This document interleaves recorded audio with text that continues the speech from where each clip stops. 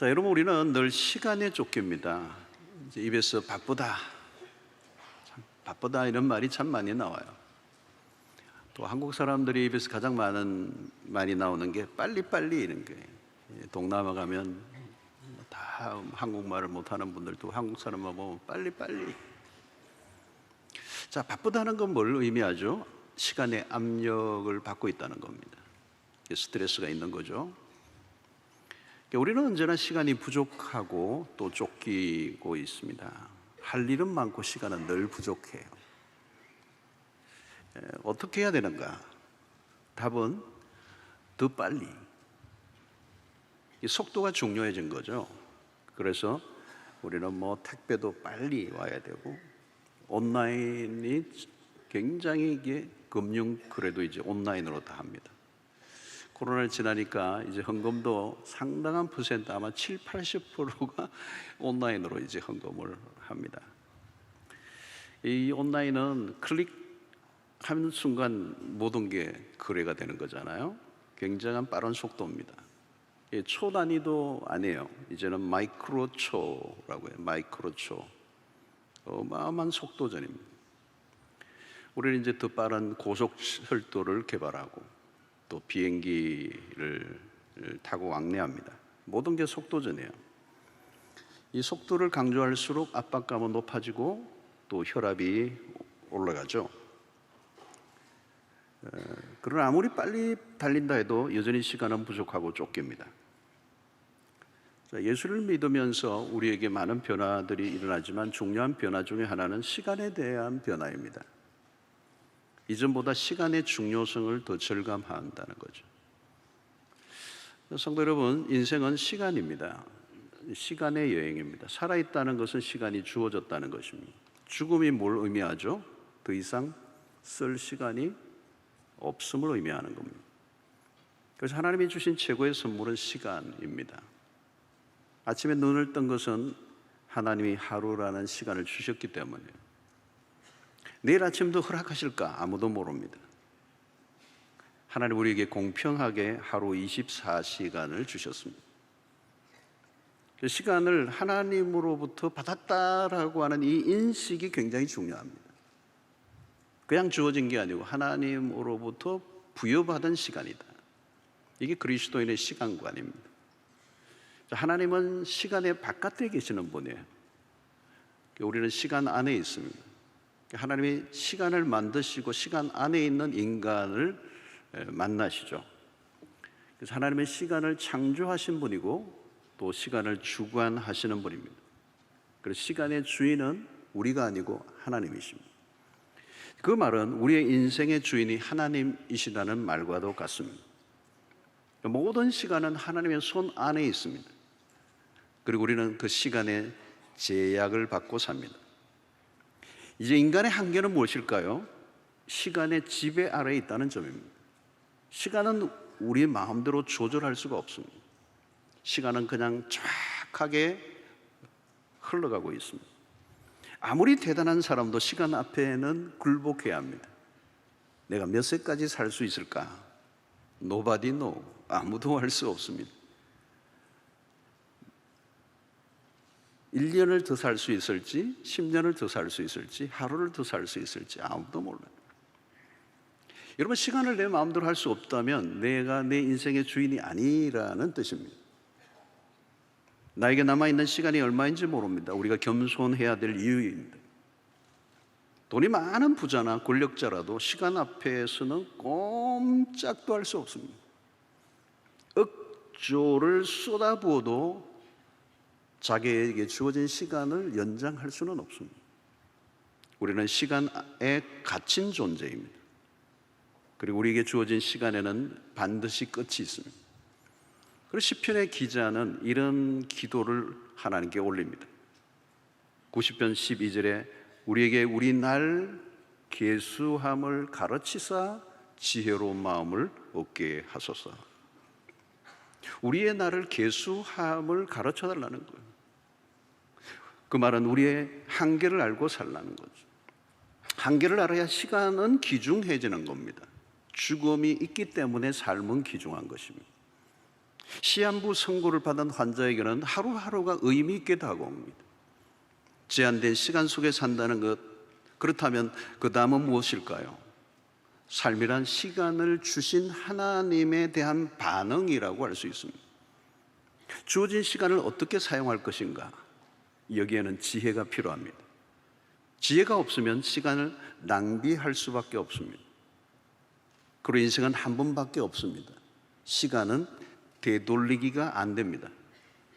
돈보다 시간입니다. 사람들은 시간보다 돈을 더 귀중히 여깁니다. 돈을 벌기 위해 시간을 다 써버립니다. 시간을 다 보내고 나면 돈은 아무 의미가 없습니다. 사람들이 막 사는 이유는 그 지혜의 부족인 것입니다. 그래서 오늘 본문 15절은 그런즉 너희가 어떻게 행할지를 자세히 주의하여 지혜 없는 자같이 하지 말고 오직 지혜 있는 자같이 하여 그랬어요. 여기에 자세히라는 단어가 있고요, 주의하여라는 단어가 있습니다. 이것은 시간에 대한 긴박성입니다. 무한하게 주어져 있지 않기 때문에, 시간에 끝이 있기 때문에 시간의 긴박성을 가지고 자세히 주의하여 지혜 없는 자같이 하지 말고 지혜 있는 자같이 하라는 거예요. 그러니까 여기서 자세히라는 말은 신중하여라는 단어입니다. 신중해야 된다. 그렇죠? 그래서 항상 시간에 있어서 신중함의 태도가 필요합니다. 제한된 시간이기 때문에 시간을 사용할 때마다 물어야 합니다. 하고 싶다고 다 할 수 없습니다. 초대한다고 다 갈 수도 없습니다. 누가 감투를 씌워준다고 다 받을 수 없습니다. 매 순간 선택이 필요합니다. 이 지혜는 분별력이죠. 내가 할 일과 하지 않아야 할 일을 분별해내는 것입니다. 그런데 이 지혜가 부족하면 이것을 놓치게 됩니다. 여러분, 지혜가 부족하면 찾아온 기회를 놓칩니다. 그리고 항상 후회가 남습니다. 나폴레옹이 최후의 시간을 보낸 곳이 세인트 헬레나 섬이었습니다. 그곳에서 그는 과거를 되돌아보며 남긴 말이 있습니다. 오늘 나의 불행은 언젠가 잘못 보낸 시간의 보복이다 그랬어요. 그냥 오늘 불행이 그냥 갑자기 온 게 아니라 언젠가 잘못 보낸 시간들이 보복을 하고 있다는 거예요. 이것을 반대로 표현하면 뭘까요? 오늘 나의 행복이 있다면 그저 주어진 것이 아니라 어제 내가 지혜롭게 보낸 시간에 대한 보상이라고 얘기할 수 있는 거예요. 여러분, 우리는 무엇을 결정할 때마다 하나님께 물어야 합니다. 시간이 들어가는 것들에 대해서는 시간을 주신 분에게 허락을 받아야 돼요. 시간에 있어 항상 신중하고 또 신중해야 합니다. 요즘 우리는 무엇을 하든지 너무 많은 선택에 시달립니다. 문제는 정보의 과잉입니다. 결핍으로 인한 문제보다 과잉으로 오는 문제가 더 많아졌습니다. 지구촌이 24시간 온라인으로 연결되어 있습니다. 광고들이 넘쳐 흐릅니다. 곳곳에서 가입하라고 얘기합니다. 최대, 최상, 최고를 보장한다고 얘기합니다. 잘못 선택하면 돈과 시간을 날려버립니다. 여러분, 인생은 주로 그렇습니다. 시간이 있으면 돈이 없고, 돈이 있으면 시간이 없고, 시간과 돈이 있으면 쓸 힘이 없습니다. 시간 관리에 대한 강의들이 많습니다. 바울은 지금 시간 관리를 잘 하라는 말을 하고 있지 않아요. 열심히 성실하게 살라는 이야기를 지금 하고 있는 게 아닙니다. 어떤 사람은 시간 관리를 철저히 해요. 그런데 문제는 그 아낀 시간으로 무엇을 하느냐에 있습니다. 어떤 젊은이가 신호까지 위반하면서 오토바이로 폭주족인데 그렇게 열심히 달려가더니 게임방으로 들어가요. 시간을 아끼는 것보다 더 중요한 것은 시간의 선용입니다. 선한 사마리아에 비유해서 사마리아 사람은 강도 만난 사람을 위해서 자신의 시간과 물질을 아낌없이 베풉니다. 자신이 가야 할 목적지가 분명히 있었지만 그는 가는 길을 멈추었습니다. 예수님의 군중들 속에서 당신의 옷가를 만진 한 여인을 그 바쁜 그 걸음 속에서도 그녀를 만나 주십니다. 여러분, 너무 열심히만 하다가 일만 하다가 과로로 쓰러진다면 그건 시간의 낭비입니다. 마틴 루터는 할 일이 너무 많아, 너무 바빠서 나는 기도의 시간의 양을 늘립니다. 시간의 속도보다 방향입니다. 그것을 결정하게 하는 것이 지혜예요. 인생이 소모품으로 남지 않으려고 하면 매 순간 우리는 하나님에게 지혜를 구해야 하는 것입니다. 자, 오늘 16절은 매우 중요한 얘기를 해요. 세월을 아끼라. 세월을 아끼라. 때가 악하니라. 여기 세월을 아끼라라는 이 말의 뜻은 시간을 구속하라. 시간을 돈을 주고 사라. 기회를 선용하라. 이 시간에 대한 매우 적극적인 태도를 강조하고 있습니다. 우리는 주로 돈을 아껴라, 물건을 아껴라, 전기를 아껴 쓰라. 요즘은 그런 거 많이 하죠. 물을 아껴 쓰라, 휴지 아껴 쓰라. 아껴 쓸 것도 많지만 가장 아껴야 할 것은 시간이에요. 여러분, 시간은 쓰든 안 쓰든 흘러갑니다. 시계를 보십시오. 초침을 보세요. 한순간도 멈추는 법이 없습니다. 분이나 시를 알리는 그 바늘은 잘 이렇게 안 움직이는 것 같아요. 근데 초침이에요, 초침. 요즘은 이 디지털 시계는 그냥 시간만 탁 나오니까 이걸 잘 못 느끼는데, 옛날의 시계들, 특별히 괴종 시계들, 추로 왔다 갔다 하는 시계들은 착각, 착각, 착각, 착각 해요. 1초, 2초, 3초 그러는데 시간당 3,600번의 초침이 움직이는데 그 소리가 뭐예요? 생명이 줄어가는 소리예요. 시간이 흐르고 있다는 거죠. 초침이 움직이는 소리, 그것은 우리의 생명을 지금 한쪽 한쪽 깎아먹는 소리예요. 생명이 줄어들고 죽음이 가까워져 오고 있다는 걸 알리는 거예요. 개인의 삶의 그 초침이 멈추는 날이 옵니다. 그걸 죽음이라고 얘기합니다. 멈추는 날이 와요, 여러분. 여러분, 세월을 아껴라라는 것은 무슨 의미합니까? 시간이 흘러가는 것을 그대로 두지 말고 적극적으로 그 시간을 건져 올려라는 거죠. 자신의 시간으로 만들라는 거예요. 그 시간이 주어진 것 자체가 기회라는 겁니다. 기회가 왔을 때 붙들라는 거죠. 지나가 버리면 잡을 수 없는 것입니다. 왜 그렇습니까? 바울은 세월을 아끼라, 때가 악하니라. 악으로 오염된 세상 속에 시간도 오염되어 있습니다. 중립적이지 않다는 겁니다. 내가 소극적으로 있으면 그 시간이 선용되어지는 게 아니라 악용될 때가 많다는 거예요. 가만히 있으면 죄를 짓기 쉬워요. 쓸데없는 일에 연루되고 후회한 일들에 끌려다니는 겁니다.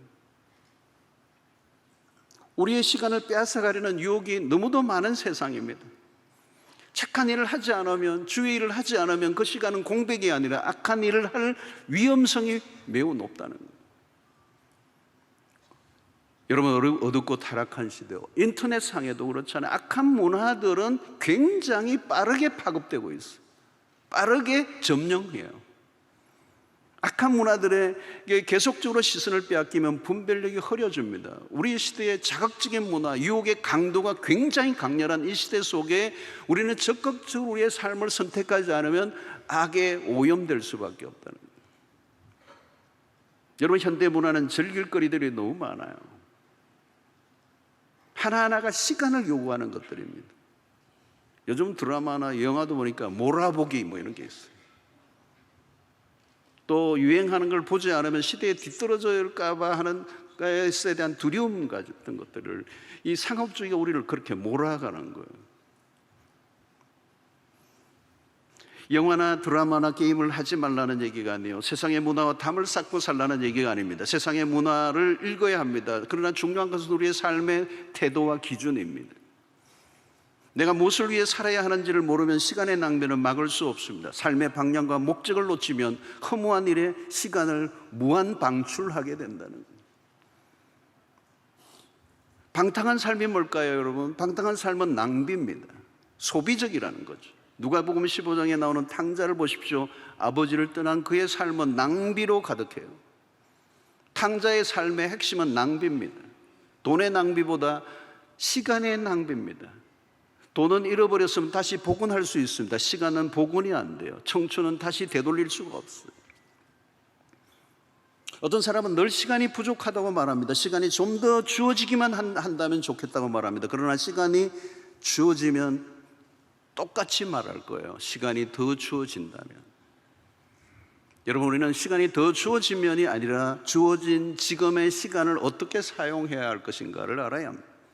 그래서 오늘 17절에 바울은 이렇게 얘기해요. 그러므로 어리석은 자가 되지 말고 오직 주의 뜻이 무엇인가 이해하라 그랬어요. 어리석은 자가 되지 말고 주의 뜻이 무엇인지 이해하라. 이건 서로 연결되어 있습니다. 주의 뜻을 모르면 우리는 어리석은 삶을 선택할 수밖에 없습니다. 왜 주의 뜻이 중요합니까? 주의 뜻 안에 우리의 삶의 목적이 있기 때문에 그렇습니다. 하나님의 뜻을 알아야 하나님의 인도를 받을 수 있습니다. 내가 왜 이 일을 하는지, 내가 왜 돈을 버는지, 왜 내가 공부를 하는지, 내가 왜 이 자리에 앉아 있는지, 내가 하고 있는 일에서 하나님의 뜻을 발견할 때 우리는 평안을 누릴 수가 있습니다. 힘들어도 포기하지 않고 갈 수 있는 힘이 그 안에서 나옵니다. 우리가 무엇을 결정할 때마다 주의 뜻이 무엇인가를 물어야 할 이유가 거기에 있습니다. 시간의 주인이신 하나님이 누구이신가를 알 때 우리는 우리의 삶의 의미와 가치를 발견하게 됩니다. 아무리 위대한 업적을 쌓는다 할지라도 시간의 파도에 휩쓸리면 흔적도 없이 사라져버리고 맙니다. 그래서 전도서의 기자처럼 헛되고 헛되다라고 하는 결론이 나고 마는 것입니다. 아무리 시간을 절약하면 뭐가 하겠습니까? 절약한 시간으로 자기 만족을 위해서만 산다면, 죄를 짓는 일에만 사용한다면 그것은 아무 의미가 없는 것일 겁니다. 중요한 것은 주의 뜻이에요. 그래서 로마서 12장 2절은 너희는 이 세대를 본받지 말고 오직 마음을 새롭게 함으로 부연을 받아 하나님의 선하시고 기뻐하시고 온전하신 뜻이 무엇인지 분별하도록 하라 그랬어요. 여러분, 하나님의 뜻을 놓치면 시간은 방향을 잃어버립니다. 우리의 최고의 관심사는 하나님을 알고 그분의 뜻을 알아가는 것. 그것보다 더 축복된 것은 없습니다. 여러분, 성공이 무엇이 성공입니까? 성공은 다 상대적인 것들이에요. 내가 아무리 이루어도 그것으로 만족할 수 없는 이유는 그 성공이라고 하는 그 기준 자체가 다른 사람들과의 관계 속에서의 설정이기 때문에 그런 것입니다. 여러분, 우리는 하나님의 뜻 안에서 우리의 삶의 목적이 들어있음을 압니다. 여러분, 인간이라면 누구나 좀 더 나은 삶을 살고 싶어요. 그런데 그것이 무엇인지 알지 못합니다.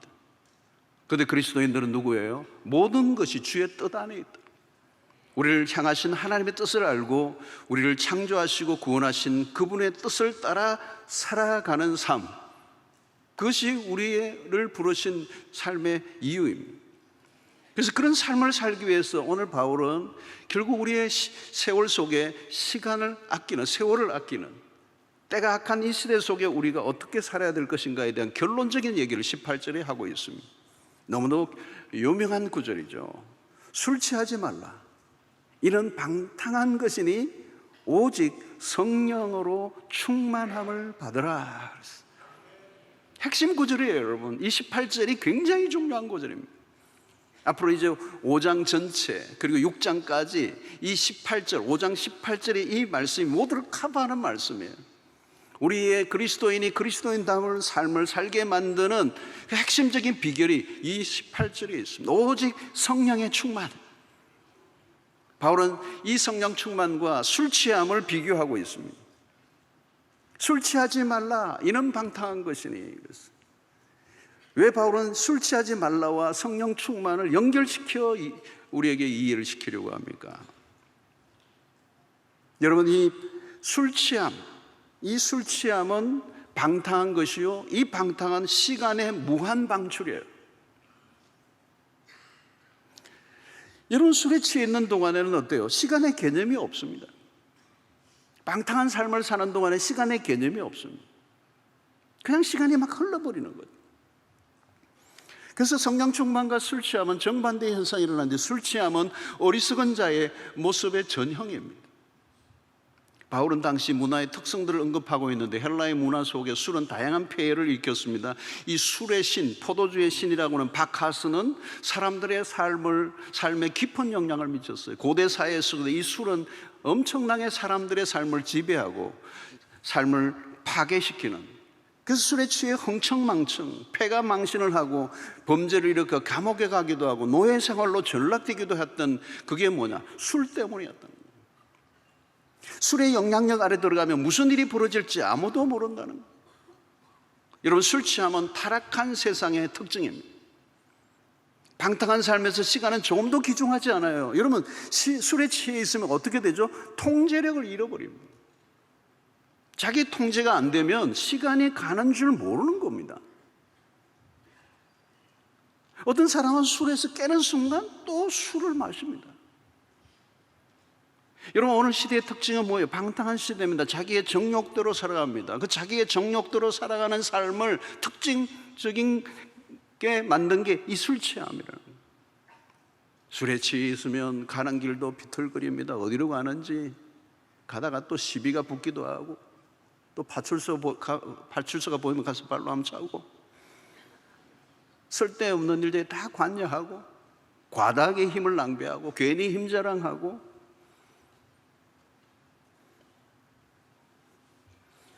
여러분, 술의 기능은 일시적인 변화를 일으켜요. 평소라면 전혀 하지 않을 행동을 술을 먹고 나면 하는 거예요. 쓰잘데없는 일에 내기를 겁니다. 겁쟁이가 갑자기 용기가 막 넘칩니다. 호기를 부립니다. 이것을 우리는 일시적 자상성이라고 하는 표현을 씁니다. 전투적으로 변하기도 하고 기분이 업됩니다. 울기도 하고 웃기도 합니다. 술에 취하면 사실은 정신이 분열되는 거죠. 주의력이 분산됩니다. 방향을 잃어버립니다. 분별력이 없습니다. 판단력과 결정력에 심각한 장애가 찾아옵니다. 술 취한 행동에서의 행동은 믿을 수 없죠. 자신이 무슨 말을 하고 있는지 모르고 말을 하는 거예요. 여러분, 이 술 취함, 이게 현대사회의 방탕한 세상의 특징입니다. 그런데 이 사람들을 취하게 하는 것들이 술만이겠습니까? 사람들은 돈맛에 취하고 권력에 취하고 각종 쾌락에 취하고. 중독 현상이 뭘까요? 취한 상태예요. 술에 취하면 어때요? 자제력과 통제력을 잃어버립니다. 바울은 여기에서 술 취하지 말라, 오직 성령으로 충만함을 받으라. 여러분, 성령과 술은 다릅니다. 성령은 우리의 영과 정신을 각성시켜요. 깨어있게 해요.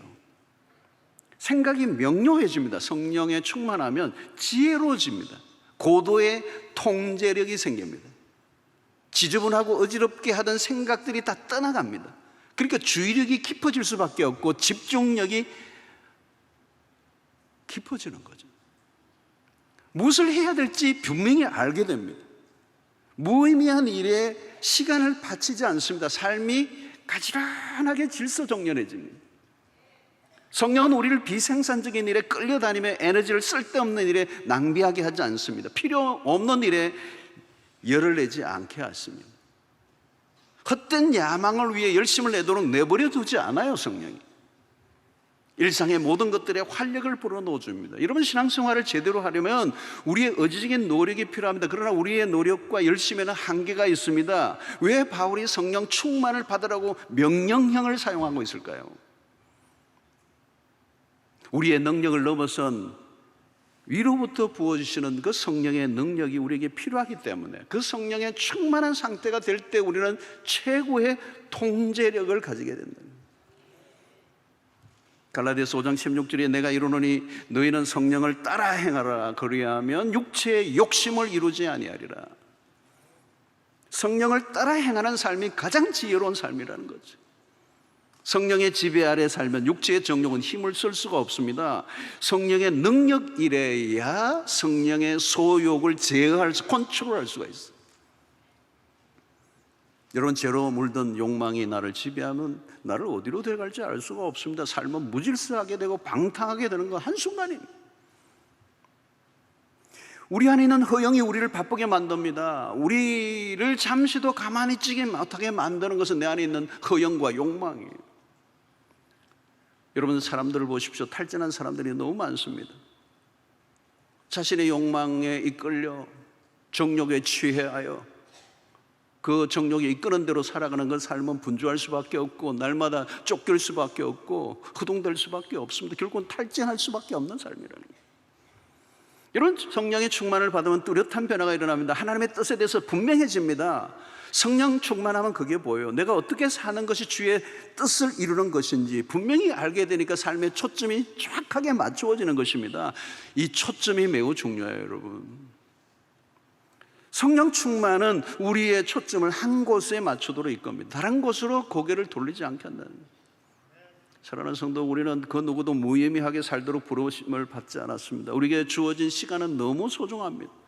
우리에게 주어진 사명이 너무 큽니다. 삶의 목적이 분명해지면 집중력이 생겨요. 집중력이 생기면 단순해집니다. 단순해지면 가지치기가 저절로 돼요.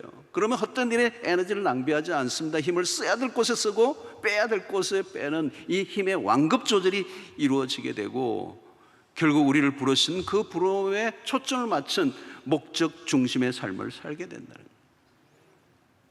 사랑하는 성도 여러분, 삶의 목적이 분명하면 선택은 쉬워져요. 선택이 어렵다는 것은 내 삶의 이유와 목적과 방향이 분명하지 않으니까. 여러분, 우리가 모든 걸 다 잘하려고 해서는 안 됩니다. 모든 사람에게 인정을 받는 일도 불가능합니다. 그것은 과욕입니다. 중요한 것, 중요하지 않은 것에 대한 분별이 생겨야 돼요. 거절할 것과 거절할 수 없는 것을 구별해야 하는 것입니다. 바빠져가고 피곤해져 간다는 것은 욕망과 연결되어 있을 가능성이 높습니다. 과욕인 것이죠. 탈진이 왜 생기는 것입니까? 과로하고 지치고 탈진한다면 무엇인가 문제가 있습니다. 잘못된 선택을 하고 있을 가능성이 높은 것이죠. 지혜가 필요합니다. 하루아침에 지혜로워지잖아요. 우리가 스스로 지혜로워질 수도 없습니다.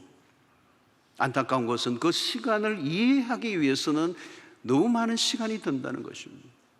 이스라엘 역사를 보면 우리가 배웁니다. 그들은 돌고 돌죠. 광야에서 뺑뺑이를 돌고 돕니다. 광야를 거쳐 가나안에 들어가지만 얼마 있지 않아 사사기가 펼쳐집니다. 그들은 바벨론을 끌려가 노예 포로 생활을 또 하고 맙니다. 역사의 반복이죠. 역사의 반복이에요. 그게 낭비죠. 바벨론에서의 포로 생활은 애굽에서의 삶보다 더 뼈아픈 역사였어요. 하나님의 뜻을 발견하고 주어진 시간 앞에 제대로 산다는 것은 어려운 것입니다. 그래서 대개는 지나고 난 다음에 후회를 하고 땅을 치는 것입니다. 항상 그래요. 조금만 더 일찍 알았더라면. 여러분, 다른 길이 없어요. 오직 성령으로 충만함을 받는 거예요. 우리로서는 안 돼요. 어리석은 삶을 떠나 지혜로운 삶을 살려고 하면 성령 충만이 답입니다. 매 순간 성령의 지배를 받는 거예요. 세상을 보십시오. 술 취하지 않고는 살 수 없는 세상입니다. 얼마나 유혹이 많습니까? 삶의 압력이 얼마나 셉니까? 도망할 곳이 없어요. 그 사람들은 문제가 생길 때마다 뭐 하죠? 술을 마십니다. 여러분, 그것은 일종의 도피예요. 스트레스와 압력을 이기지 못하니까 술을 먹어요. 인류가 스트레스와 그 압력에서 이길 수 있는 그걸 발명을 했다면 그건 술이에요, 술. 때로는 즐거움을 찾기 위해 술을 먹습니다. 용기가 없을 때 술의 힘을 빌어 대담해지려고 합니다. 그런데 여러분, 술의 힘을 의지한다고 의지가 됩니까? 문제를 더 복잡하게 만들죠. 술에 취해 살면 압력이 사라지는 것입니까? 더 쌓여가는 거죠. 술로 인한 즐거움은 곧 슬픔으로 바뀝니다. 술은 사람을 명석하게 만드는 게 아니에요. 술은 결국은 사람의 뇌를 무기력하게 만들고 본능적으로 살게 만듭니다. 심하면 짐승같이 됩니다. 자신에 대한 통제가 안 됩니다. 나중에 술에 깬 다음에 하는 말이 뭘까요? 술 때문에 그랬다는 거예요. 술에 취해서 나는 어쩔 수 없었다고 얘기합니다. 사랑하는 성도, 우리는 다른 삶을 살아야 합니다. 성령을 의지해야 합니다. 성령 충만해지면 통제가 돼요, 여러분. 내가 통제가 된다. 술은 통제를 잃어버리는 겁니다. 성령은 고도의 절제력을 가지게 만듭니다. 멈추어야 할 때 멈추게 만듭니다. 내가 어디로 가야 하는지, 무엇을 해야 되는지에 대해서 명료해집니다. 술은 여러분 머리를 멍청하게 만들지만 성령은 우리의 지각을 명석하게 만들어줘요. 술은 우울하게 하고 움츠러들게 하지만 성령은 심장이 뛰게 만들어요. 가야 할 길을 모르기 때문에 헤매는 것이지 목표가 분명한 사람은 헤매지 않습니다. 더 이상 무의미한 삶을 살지 않습니다. 여러분, 술이 사람에게 끼치는 영향력과 전혀 다른 영향력이 성령 안에서 일어납니다. 술은 사람을 소진하게 만들고 낭비로 가게 합니다. 그러나 성령은 우리를 탈진하게 하지 않습니다. 성령은 소진되는 분이 아니고 소멸되시는 분이 아니고 성령은 에너자이저 있어요. 우리가 성령 충만하면 성령은 우리 안에 힘이 넘치게 하신다는 거예요. 갈수록 힘이 빠지고 지치고 있다면 무엇인가 잘못된 것입니다. 성령은 우리를 더 충만하게 채워주시는 분이에요. 우리를 일으켜 주십니다. 우리의 의지를 자극하고 새로운 일에 적극적으로 도전하게 하십니다. 10년, 20년, 30년을 주를 위해 살아도 기쁨으로 감당할 수 있다면 그 성령의 능력 때문에 가능한 것이죠. 그만두고 싶다고 하는 것이 아니라 앞으로 일어날 일에 대한 더 기대감을 가지고 살아갈 수 있게 만드는 힘은 성령의 능력인 것입니다. 사랑하는 성도는 왜 사람들이 술을 그렇게 좋아하고 술로 행복을 찾으려고 합니까? 안타깝게도 세상은 그것밖에는 다른 길이 없기 때문에 그래요. 그렇게 높은 자리에 올라가고 돈을 그렇게 벌어도 술이 아니면 웃을 일이 없어. 술에 의존해서라도 잠깐 행복을 느껴보고 싶어하는 인간의 모습 속에 우리는 뭘 느껴요? 애잔함을 느끼는 거죠. 그러나 여러분, 술은 결과적으로 우울하게 만드는 겁니다. 우울하게 만드는 거예요. 처음에는요, 술 마시는 분들이 연구를 해보세요, 여러분. 주변에 요즘 뭐 이렇게 바꿔서 자세히 한번 연구해보세요. 살펴보세요. 처음에는 막 다 웃어요. 막 웃어요. 근데 집에 가서는 울어요. 왜 운지를 모르겠어요. 그러니까 술은 결과적으로 우울하게 만드는 거예요. 처음에는 기쁨을 주는 것 같지만 웃고 난 다음에 찾아오는 감정은 슬픔이에요. 우울함이에요. 이 술 먹는 것과 이 성령의 충만을 바울은 지금 대조를 하는 거예요. 자, 여러분, 이게 우리가 공통점이 다 다른 점이 많은데 공통점이 하나예요. 술을 먹는 사람들은요, 언제까지 먹어요? 경험해 보신 분들. 취할 때까지 먹는 거예요. 술은 취하는 맛이지, 그래요. 술이 자신을 컨트롤할 때까지 마셔요. 이것은 같은 원리예요. 우리가 술이 아니라 성령이 우리를 지배하실 때까지 계속 충만을 구해야 돼요. 그러니까 우리의 영이 성령에 의해 압도를 당하는 단계까지 가야 된다. 성령께서 우리를 완전히 통제하시도록 우리 자신을 내어놓아야 돼요. 그래서 우리가 성령의 영향력 안으로 완전히 들어가 있는 상태를 우리는 성령의 충만이라고 그러는 거예요. 그래서 바울은 성령으로 충만함을 받으라, 이게 명령형이면서 현재 시제로 사용해요. 복수고 현재 시제예요. 이게 굉장히 중요한 것인데, 성령을 충만함을 받으라, 이 명령형이에요. 그리스도인으로 성령의 충만함을 받는 것은 어떤 선택의 문제가 아니에요. 반드시 받아야 된다. 이 명령형으로 하는 거예요. 이게 그리스도인다운 삶을 살 수 있는 그 힘은 성령의 충만함에 있다. 그래서 명령형으로 받으라 그래요. 그리고 현재 시제예요. 다시 말하면 이 현재 시제라는 말은 성령의 충만함의 상태를 계속 유지해야 된다는 거예요. 이게 떨어지면 우리는 이제 육체의 소욕이 우리를 지배하게 되고, 이 타락한, 이 악한 세상의 영향을 받아서 우리의 시간은 방탕으로, 낭비로 그냥 소비될 수밖에 없다는 거예요. 예수님의 생애를 보시면 성령에 이끌려 예수님은 사셨습니다. 주님은 당신에게 주어진 미션이 무엇인지를 분명히 알고 계셨습니다. 하실 일이 굉장히 많으셨지만 시간에 쫓기지 않았습니다. 주님에게는 탈진이 없었어요. 사단의 유혹 앞에서도 자신의 통제력을 잃지 않으셨습니다. 주님은 당신이 해야 될 일이 무엇인지를 분명히 알고 계셨습니다. 3년의 짧은 생애지만 십자가상에서 테텔레스타이 다 이루었다 그러셨어요. 요한복음 17장의 기도를 보면 아버지께서 나에게 하라고 하신 그 일을 내가 이루었사오니 그랬어요. 주님은 아버지께서 시키신 일이 무엇인지를 분명히 아셨고 그 일에 모든 걸 쏟아부으셨습니다. 초점이 분명한 삶, 성령에 이끌린 삶이에요. 사랑하는 성도 여러분, 오늘 우리는 이 혼탁한 시대, 악한 문화가 홍수처럼 우리를 내몰아가는 이런 시대,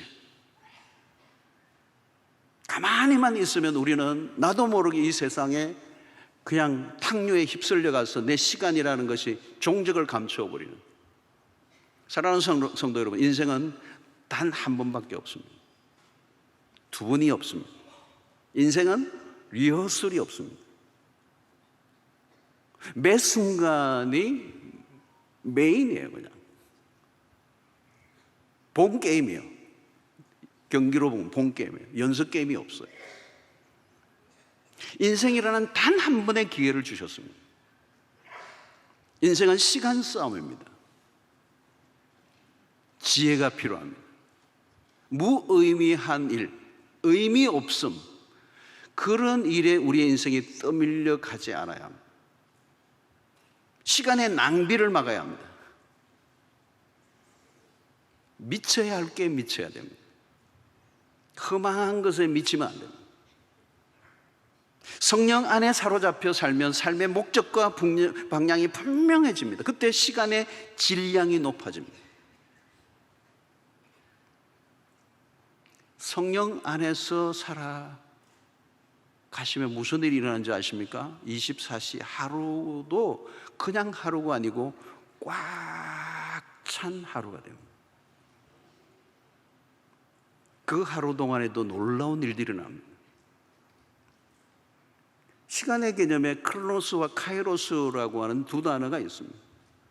흘러가는 시간이 크로노스라면 하나님의 결정적인 개입이 있는 카이로스의 시간이 있습니다. 우리의 삶이 성령의 통제 안에 성령 충만하여 주의 뜻 가운데 살아가는 삶의 초점이 분명하게 잡혀있는, 그래서 하나님이 나에게 주신 미션을 따라 살아가게 될 때 우리의 삶의 잔가지들을 다치고 우리의 삶이 온전하게 주님 앞에 올려질 때 시간 속에서 역사하시는 하나님을 만나게 되는, 사랑하는 성도 여러분, 하나님이 우리 각자에게 주신 미션이 있습니다. 그냥 왔다가 가는 인생이 아니라 반드시 내 삶에 대한 하나님의 부르심이 있습니다. 그리고 그것을 위해서 오늘 하나님은 나로 살게 하셨습니다. 살아있다는 것은 놀라운 일입니다. 살아있다는 것은 하나님의 선물입니다. 그것은 기회입니다. 그건 은혜입니다. 코로나19를 지나면서 얼마나 많은 사람들이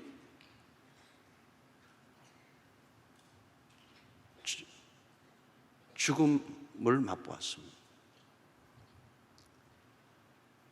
살아있다는 것은 기적입니다. 산다는 것은 하나님의 축복이요 선물입니다. 그것은 놀라운 기회입니다. 그것을 하나님이 주셨습니다. 내 삶이 끝나지 않았다는 것은 하나님이 기회를 주신 것입니다. 우리가 하나님 앞에 서는 날 하나님이 우리에게 주신 시간에 대한 평가를 하실 겁니다. 하나님이 물으실 거예요. 너 무엇 하다가 왔냐? 죽기 전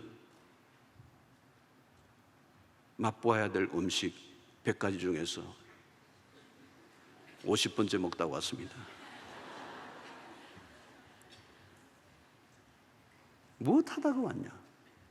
그냥 되게 바빴습니다. 사랑하는 성도 여러분, 그 하나님 앞에 서는 날이 올 것입니다. 하나님은 공평하게 시간을 주셨습니다. 하루 성령 충만한 삶을 산다면 그 하루의 시간의 질량은 24시가 아니라 거기에서 어마어마한 퀄리파이된 시간의 질량을 통하여 하나님의 나라를 위해서, 하나님의 기쁘신 뜻을 위해서 멋있게 살아갈 수 있을 줄로 믿습니다.